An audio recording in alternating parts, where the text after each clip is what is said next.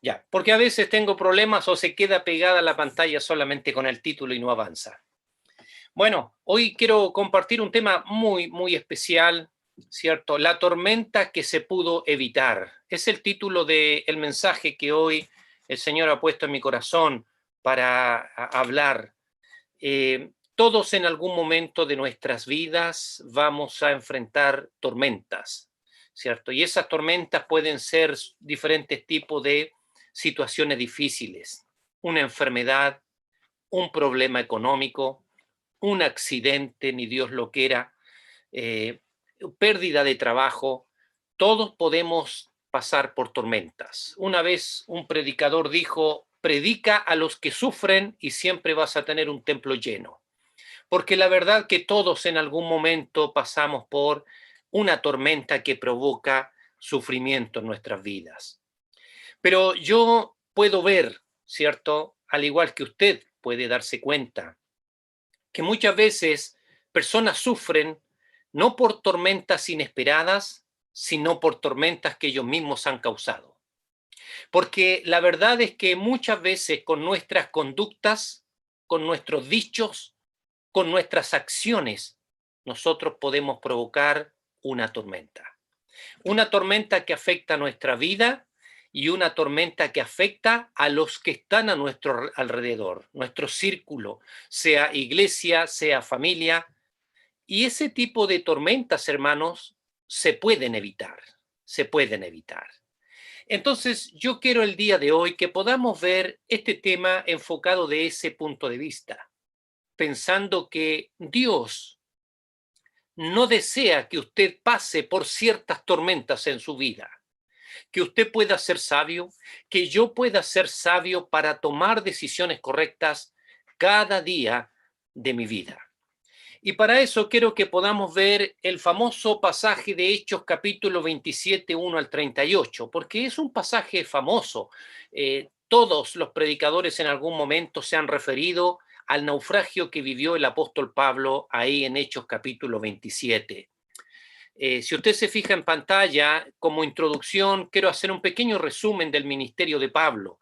Hay que poner en contexto este capítulo 27. ¿Por qué Pablo llega a vivir esta tormenta y el naufragio en el capítulo 27? Mire, la conversión de Pablo la encontramos en Hechos capítulo 9. Usted conoce bien, si ha leído la historia bíblica, cómo Jesús se le apareció en el camino a Damasco y el apóstol cae de su caballo y el Señor le habla y es salvo. Posteriormente, ¿cierto? Resumiendo mucho esto, ahí en Hechos capítulo 13, sirviendo en la iglesia de Antioquía, el Señor y el Espíritu Santo, ¿cierto? Hablando, le llama a la obra misionera. Entonces sale enviado en su primer viaje misionero. Desde el capítulo 13 al 14 encontramos ese primer viaje misionero. El segundo viaje misionero lo encontramos en Hechos capítulo 15, versículos 36 al 18, 22, donde en el capítulo 15 Pablo dice: vamos a visitar a los hermanos, a toda la gente que habían ganado en el primer viaje misionero. Luego encontramos el tercer viaje misionero en Hechos capítulo 18, desde el versículo 23 al 20:38, Pablo comienza con ese viaje que le lleva a predicar en diferentes lugares. Pero en el capítulo 22 encontramos que el apóstol es arrestado en Jerusalén. Después de su tercer viaje, él siente en su corazón ir a Jerusalén, se le avisa, se le profetiza por un profeta llamado Gabo que no debía ir a Jerusalén porque iba a ser arrestado. Pero Pablo dice: pero de ninguna cosa hago caso, ¿cierto? Ni estimo preciosa mi vida para mí mismo. Entonces Pablo dice: yo voy a ir y predicar, ¿cierto? El evangelio. Y llega a Jerusalén y la comunidad de judíos, ¿cierto? Le arresta, le quieren matar y llegan soldados romanos, le arrebatan a Pablo, ¿cierto? De las manos de los judíos que querían, como decimos, literalmente lincharlo ahí. Y luego Pablo comienza a quedar detenido. Las acusaciones son alboroto, un hombre que alborotaba, de eso le acusaban. Pero desde el capítulo 22 en adelante, Pablo comienza a presentar su defensa ante diferentes autoridades romanas, en Hechos 22, 23, 24, 25 y 26 incluyendo. Todos estos pasajes, Pablo va presentando su defensa ante autoridades locales, ante el rey Agripa, y él demuestra que no es culpable, que no es un delito hablar de la resurrección de Cristo, del Evangelio. Qué hermoso es ver, cierto, la vida de estos hombres que estuvieron dispuestos a predicar aunque fueron a la cárcel. Entre paréntesis, hermano, yo no sé si ese tiempo va a llegar a nuestra vida. Es muy probable que en algún momento tengamos que hablar públicamente y si tenemos que ir a la cárcel, quizá tendremos que hacerlo, pero los apóstoles ya nos dejaron ejemplo. Y en el capítulo 25 de Hechos, versículo 11 al 12, Pablo, ¿cierto?, apela a César. ¿Por qué? Porque en un momento le dicen a Pablo, bueno, ¿por qué no te enjuiciamos aquí en Jerusalén y te ponemos delante de las autoridades? Y Pablo, sabiendo que los judíos en Jerusalén querían quitarle la vida, dice, no, yo apelo al César, apelo a Roma porque estoy frente a ellos. Ahora, si usted se fija, ahí está el versículo 11 del capítulo 25, dice, porque si algún agravio o cosa alguna digna de muerte he hecho, dice Pablo, no rehúso morir. Pero si nada hay de las cosas que estos me acusan, nadie puede entregarme a ellos, no tienen que entregarme a los judíos. Entonces dice Pablo, a César apelo. Versículo 12, entonces Festo, habiendo hablado con el consejo, respondió, a César has apelado, a César irás. Estar frente al tribunal de César directamente significaba que desde Jerusalén tenía que ser llevado hasta Italia, a Roma, ¿cierto?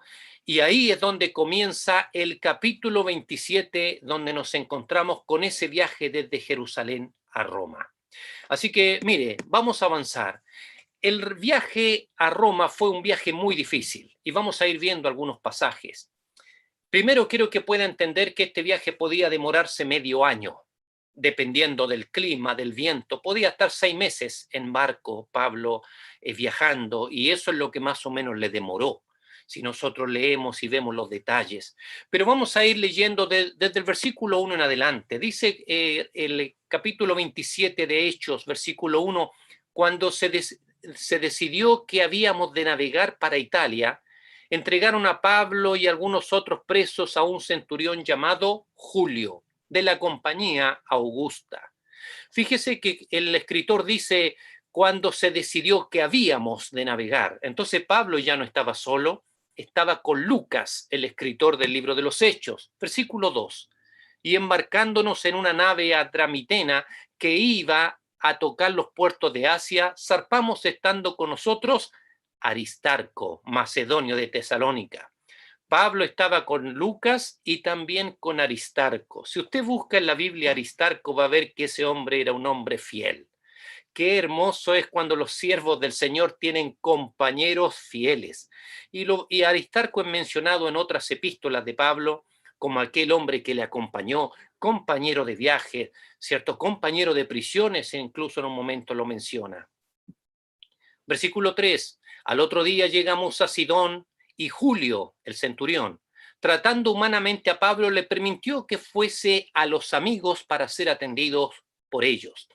El apóstol Pablo ya había andado por tantos lugares que ahí en Sidón ya habían cristianos que le recibían y le permitieron a Pablo, ¿cierto?, que pudiera ser atendido por los amigos. Dice que Julio le trató humanamente. ¿Cómo no? Pablo siempre mostraba un buen testimonio, un hombre íntegro, entonces le permitieron ser atendido por amigos de ahí de Sidón. Llegamos al versículo 4. Y haciéndonos a la vela desde allí navegamos a Sotavento de Chipre, porque los vientos eran contrarios. Habiendo atravesado el mar frente a Cilicia y Panfilia, arribamos a Mira, ciudad de Licia.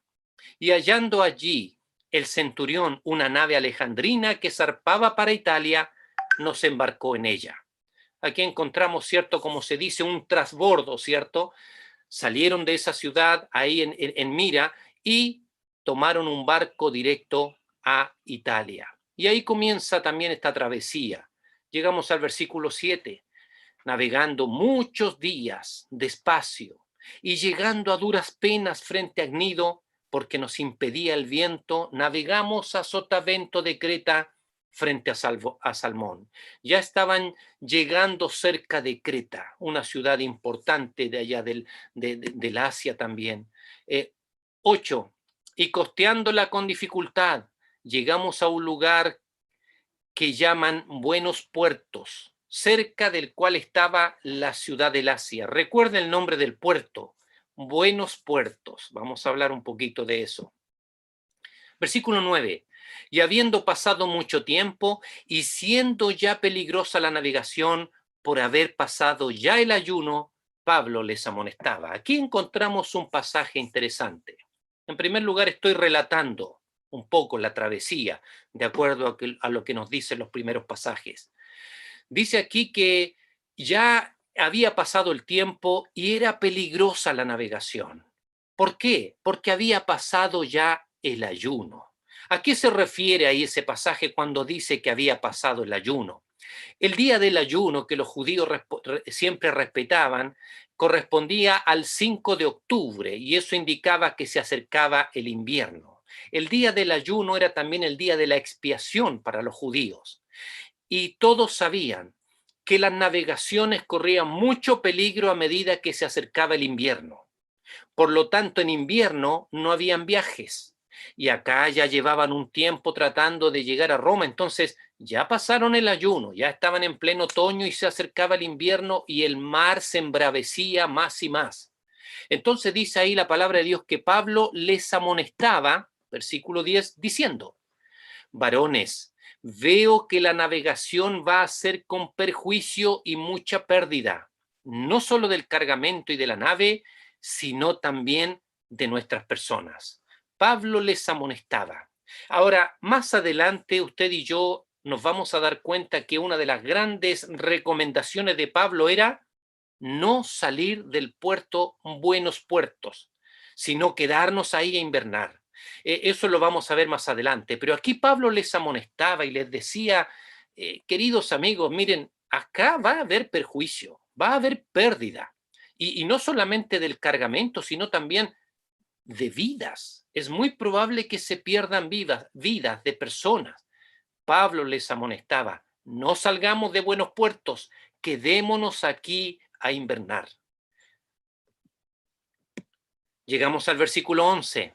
Pero el centurión daba más crédito al piloto y al patrón de la nave que a lo que Pablo decía. 12. Siendo incómodo el puerto para invernar, la mayoría acordó zarpar también de allí, por si pudiesen arribar a Fenice, puerto de Creta que mira al nordeste y sudeste, e invernar allí. No querían quedarse en el puerto, la mayoría decidió salir de ahí. Ese es el duro viaje, ¿cierto? Llegando quizás cerca de Creta. Ahora aquí se presenta el gran problema, el problema de la tormenta. Versículo 13 dice, y soplando una brisa del sur, pareciéndoles que ya tenían lo que deseaban, levaron anclas e iban costeando Creta, pero no mucho después dio contra la nave un viento huracanado llamado Euroclidón. A ver, yo les decía, hermanos, que muchas veces nosotros atravesamos tormentas en la vida y podemos ir haciendo la analogía, ¿cierto?, de este viaje que el apóstol Pablo está experimentando. Y sabe que tiene muchas características a los momentos en que nosotros enfrentamos tormentas. Porque fíjese, el versículo 13 dice que soplaba una brisa del sur. Esa brisa del sur siempre los marineros en esa época lo esperaban, porque era una brisa favorable que llevaba al barco a avanzar. Y dice, pareciéndoles que ya tenían lo que deseaban. Levaron anclas y se iban hasta que se levantó una tormenta y apareció Euroclidón. Muchas veces en la vida, queridos hermanos, pareciera que va todo bien, pareciera que estamos avanzando con nuestros proyectos, con nuestras metas, nuestra familia está en orden, pareciera que nuestra economía está bajo control, pero de repente, como dice el versículo 4, se levanta un viento huracanado llamado Euroclidón. Euroclidón era el viento llamado así porque era un viento traicionero. Era un viento que te agarraba cuando parecía que ibas bien en la embarcación y se levantaba repentinamente y te traicionaba. Sabe que en la vida muchas veces encontramos esos vientos donde creemos que todo está bien, pero aparece Euroclidón, una mala noticia, y ese viento te comienza a llevar a una tormenta. Quiero decirle algo. En nuestra iglesia en estos momentos estamos orando por una hermana llamada Mabel. Tuvimos la oportunidad con mi esposa de guiarla al Señor hace 8 años atrás aquí en Rancagua, y en un momento se le declaró un cáncer de mamas. Por alguna razón, quizá por falta de chequeo, apareció un cáncer de mama en su cuerpo. Y ella comenzó con todo el protocolo y tomó asistencia médica y gracias a Dios quedó todo bajo control.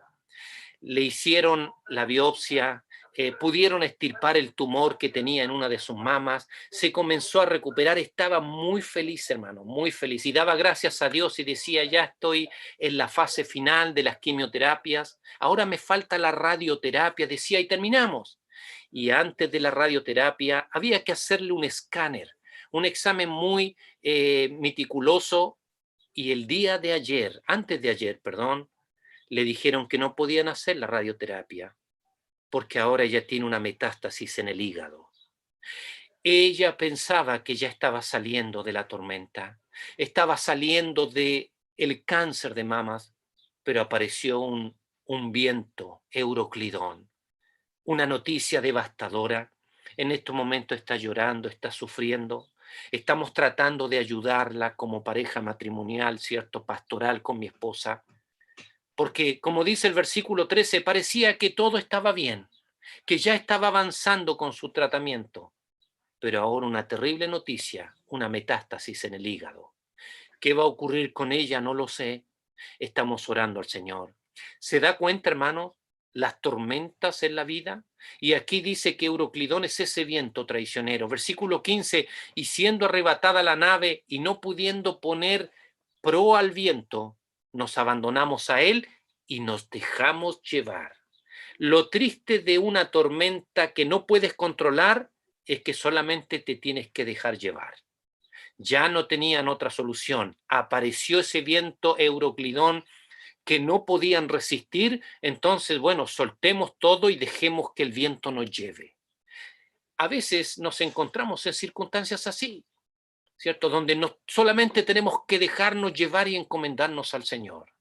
El problema de la tormenta. Versículo 18, saltamos del 15 al 18, pero siendo combatidos por una furiosa tempestad, al siguiente día empezaron a alijar, y al tercer día con nuestras propias manos arrojamos los aparejos de la nave. Había que sacar cosas de la nave, porque no queremos hundirnos, queremos atravesar la tormenta. 20, y no apareciendo ni sol ni estrellas por muchos días, y acosados por una tempestad no pequeña, ya habíamos perdido toda esperanza de salvarnos. El problema de la terrible tormenta que estaba enfrentando el apóstol Pablo. Habían perdido toda esperanza de salvarse. La pregunta es, ¿por qué atravesaron esa tormenta? ¿Era necesario vivir esa tormenta? Hay algunas respuestas que podemos encontrar en los pasajes. En primer lugar, ellos atravesaron una tormenta porque el centurión no escuchó el buen consejo.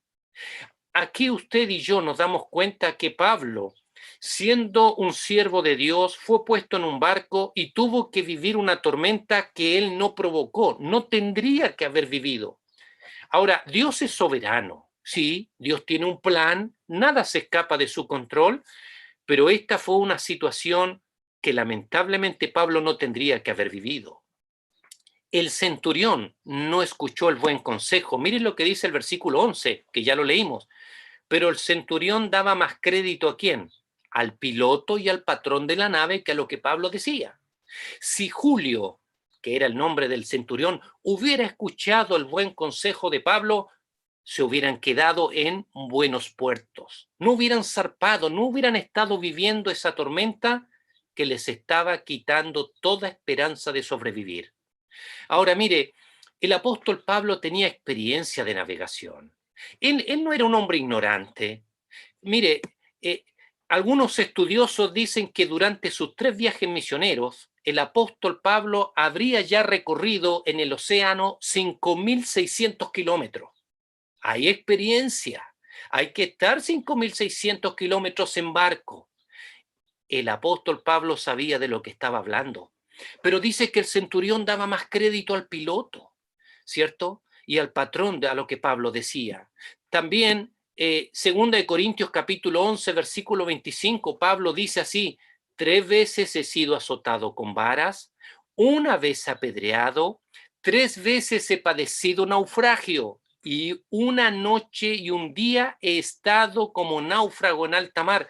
Obviamente que el apóstol Pablo en su ministerio había vivido estas situaciones. Dice ahí claramente: 3 veces he padecido un naufragio. Y 1 noche completa estuve en alta mar como un náufrago, solo, sin saber dónde ir. El apóstol sabía de lo que estaba hablando. Pero aquí está el problema. El centurión no escuchó el buen consejo. El consejo de Pablo era bueno. Pablo sabía de lo que estaba hablando. Y eso me hace pensar, hermanos, en tantas situaciones de nuestra vida cuando escuchamos el buen consejo y lo rechazamos. No lo aceptamos. Porque si usted, querido hermano, y yo no aceptamos un consejo basado en la palabra de Dios, vamos a vivir una tormenta. La Biblia está llena de consejos. La Biblia es la palabra de Dios. Y hay hombres, siervos de Dios, que te van aconsejando y me van aconsejando a mí para que vivamos cerca del Señor, para que nos evitemos problemas en la vida. Pero muchas veces somos como Julio, como el centurión, no escuchamos el buen consejo.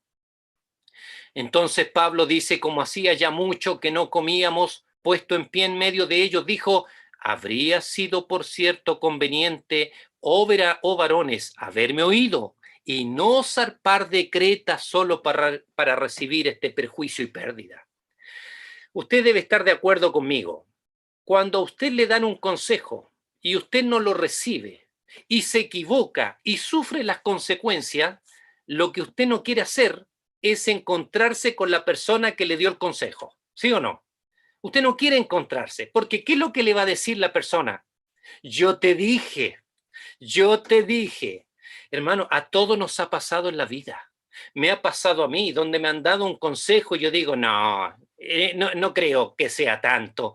Y lamentablemente me equivoco y después digo: mejor ni hablo con este hombre que me dio el consejo, porque me va a decir: yo te dije. Ahora, aquí está el apóstol Pablo. Le dice: habría sido por cierto conveniente, oh varones, haberme oído. Tenían que haberme escuchado. Hubiera sido mejor que me escucharan y no hubiéramos salido de allá, de Creta, de buenos puertos. Teníamos que habernos quedado ahí. ¿Por qué? Porque al no escucharme, solamente estamos recibiendo perjuicio y pérdida. Hermano, cuando usted no escucha un consejo bíblico, usted va a recibir perjuicio. Usted va a ir de perdedor, no va a ganar, porque ninguna persona que ignora y rechaza la palabra de Dios gana. Nadie gana, todos pierden. El inconverso pierde cuando rechaza el mensaje de salvación, no gana, él pierde. Nosotros le aconsejamos a la gente, le exhortamos: cree en Cristo como tu Salvador, abre tu corazón al Señor. Y cuando esa persona rechaza ese mensaje que es un consejo, esa persona va a pérdida, no va a ganar. Tarde o temprano va a comenzar a vivir las consecuencias de su propio pecado, porque eso es lo que hacen. Deciden vivir en pecado y rechazan el buen consejo de Dios. Mire, tengo algunas preguntas. ¿Hay algún consejo que ignoraste en tu vida, hermano? A lo mejor alguno de ustedes me puede decir: Pastor Alejandro, yo lo reconozco. En estos momentos estoy viviendo una tormenta porque rechacé, rechacé un buen consejo, lo ignoré, no lo recibí. Eh, a lo mejor estás escuchando el consejo de tu pastor o no lo estás escuchando. Le voy a decir algo, hermano. ¿Para qué estamos los pastores? Estamos para enseñar la palabra de Dios y estamos para dar un buen consejo. ¿Sabe cuál es lo triste que nosotros los pastores vivimos? Cuando la gente no escucha. Y la gente piensa que puede hacer las cosas a su manera.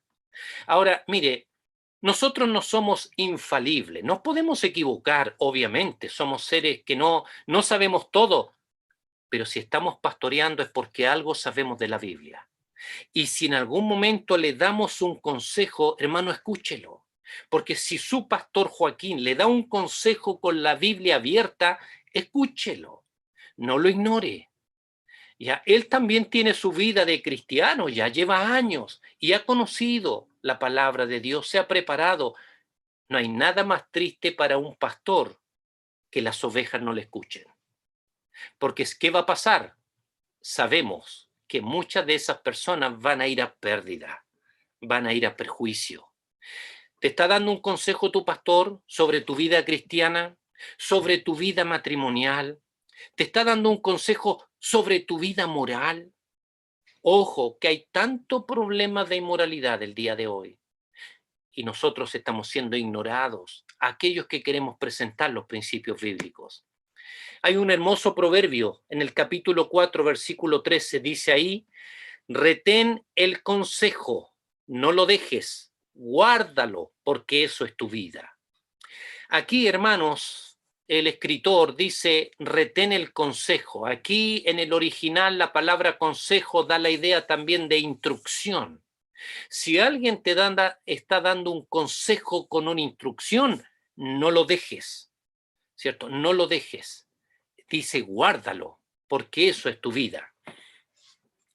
Hermano, los consejos bíblicos están acompañados de instrucción. ¿Y cuál es esa instrucción? Guardar principios bíblicos. Por lo tanto, cuando le damos un consejo, queremos que usted también pueda guardar un principio bíblico. Hay personas que sufren tormentas porque ignoran ese consejo. Yo nunca me voy a olvidar cuando estuve trabajando ministerialmente, ¿cierto? Asistiendo en una cárcel, la cárcel de San Miguel, ahí en Santiago. Estuve 7 años asistiendo a la cárcel, pero cada vez que iba era una experiencia increíble, porque yo aprendí a ver a los delincuentes con otros ojos, los aprendí a ver como almas perdidas, porque yo iba viendo cómo muchos de ellos se iban salvando. Y recuerdo el caso de un hombre, el hombre que estaba en la torre 4. La cárcel estaba dividida en 4 torres y nosotros íbamos a la torre 4 donde estaban los más peligrosos, los condenados a muchos años. Y cuando yo entré a la torre, me acuerdo la primera vez, y fui con otro grupo de pastores que me invitaron, un hombre se me acercó, uno de los reos, ¿cierto? Y me abrazó y empezó a llorar y me decía, pastor, pastor, me decía, ore por mí, por favor, ore por mí, porque yo no debiera estar aquí, yo no debiera estar en esta cárcel, yo debiera estar en la casa con mi esposa, con mis hijos. El problema fue así, le pregunté qué pasó y me dijo, lo que pasa es que hay un grupo de amigos que yo tenía estando en la libertad. Y mi esposa y mi pastor me decían, no te juntes con esa gente no es buena, esa gente no tiene buenas intenciones, pero yo pensé que solamente era un grupo de amigos y una noche me invitaron a salir y yo no sabía lo que ellos habían planeado y fueron y asaltaron una estación de servicio donde se vende benzina, gasolina. Dijo, y en ese momento mataron a un hombre y yo andaba con ellos y yo también quedé cómplice y ahora yo estoy aquí condenado a 6 años. Dijo, yo no escuché el consejo de mi esposa, el consejo de mi pastor. Y estoy aquí y lloraba. Y sabe que yo volvía la otra semana y nuevamente lloraba. Y tengo que estar 6 años aquí, 6 años aquí. Y cada vez el hombre lloraba. Yo no tendría que estar aquí. Mi esposa me preguntaba cómo está el hombre de la Torre 4. Y yo siempre le decía, está igual que cada sábado, llorando. Quiero que pueda entender, hermanos, que es importante el consejo de la palabra de Dios. Pablo vivió una terrible tormenta. ¿Por qué? En primer lugar, porque el centurión no escuchó el buen consejo. Segundo, Porque el centurión siguió el mal consejo. Ahí está el segundo punto. El centurión siguió el mal consejo. El mismo pasaje bíblico lo dice, pero el centurión daba más crédito al piloto y al patrón de la nave que a lo que Pablo decía. Ahora, era lógico seguir la opinión del piloto y el dueño. Obviamente el patrón de la nave es el dueño, y si el patrón decía, no, vamos a irnos de este puerto, no nos vamos a quedar aquí, el centurión obviamente le escuchaba. Pero ¿sabe qué? Escuche lo que dice aquí. Nosotros, los cristianos, no vivimos por lógica, sino por principios. No siempre todo lo que parece lógico es la voluntad de Dios. No. A veces pensamos y decimos es que es lógico que debiera vivir así. Es lógico, si todo el mundo lo hace, yo también lo hago. Es lógico, tendría que hacerlo. Todos viven de esta manera, es lógico que yo también lo haga. Toda mi familia lo hace, yo también debiera hacerlo. Es lógico. Nosotros los cristianos no vivimos por lógica, vivimos por principios bíblicos. Todas nuestras decisiones, todas nuestras acciones deben ser acomodadas a la palabra de Dios. Yo me acomodo a la Biblia. ¿Sabe cuál es el problema de muchos cristianos, hermano? Que muchos creyentes quieren tener un Dios a su medida, a su manera de vivir. Y ellos no se amoldan a Dios, quieren que Dios se amolde a su situación. Entonces se permiten muchas cosas en su vida. ¿Por qué? Porque todo el mundo lo hace. ¿Cómo Dios se va a enojar conmigo? En una ocasión estaba predicando acerca de moralidad en mi iglesia y hablé de las relaciones sexuales prematrimoniales. Porque es lo que dice el apóstol Pablo, 1 Corintios, ¿cierto? Lo habla mucho acerca de eso, tesalonicenses, que nadie viva en fornicación, que cada uno tenga a su esposa en santidad y honor. Y hablé de las relaciones prematrimoniales, ¿cierto? Y dije, no es lo correcto es que cada persona tenga su esposa, su esposo en matrimonio. Y para mi sorpresa aparecieron hermanos de la iglesia, miembros, que no estaban de acuerdo. Y decían, pero pastor, los jóvenes necesitan conocerse. Una pareja de novio necesita conocerse íntimamente antes de casarse. Y yo le decía, eso no es lo que enseña la Biblia. Pero es lógico, pastor. Si se van a casar, obviamente pueden conocerse antes sexualmente, porque es lógico que se conozcan. Nosotros no vivimos por lógica, vivimos por principios bíblicos. Así que, hermanos, ojo con este concepto. Pablo tuvo que atravesar una tormenta porque el centurión siguió el mal consejo, lo que parecía lógico. Y en tercer lugar, para ir terminando, Pablo vivió una tormenta porque buscaron la comodidad. Buscaron la comodidad. Mire lo que dice el versículo 12 que leímos. Dice, y siendo incómodo el puerto para invernar. No nos quedemos en buenos puertos. Este puerto es incómodo. Y siendo incómodo el puerto para invernar, dice ahí la palabra de Dios, la mayoría acordó zarpar también de allí, por si pudiesen arribar a Fenice, puerto de Creta, que mira, dice ahí, al nordeste y sudeste e invernar allí. La mayoría dijo, no debiéramos quedarnos en este puerto, debiéramos salir. ¿Por qué? Porque es incómodo. Mire, es un error buscar la comodidad en la vida sin respetar los principios bíblicos. Yo saco como lección de este pasaje justamente eso. Es un error buscar siempre lo más cómodo sin respetar principios bíblicos, sin respetarlos. Le voy a dar un ejemplo. Hace años atrás, estando yo de pastor en Santiago, un matrimonio habló con nosotros y nos decía, pastor, mire, nosotros nos casamos hace poco tiempo, llevamos un año de matrimonio y estamos viviendo en un departamento muy chiquito, es incómodo el departamento. Entonces tenemos hijos y estoy con mi esposa, entonces se me abrió una puerta, pastor. La puerta que se me abrió es ir a los Estados Unidos, a Miami, y trabajar allá unos 6, 8 meses. Yo puedo levantar el dinero suficiente para venir y comprar otro departamento. O a lo mejor conseguir una buena cantidad de dinero para dar una primera parte y después seguir pagando, pero una casa, no queremos departamento porque es incómodo.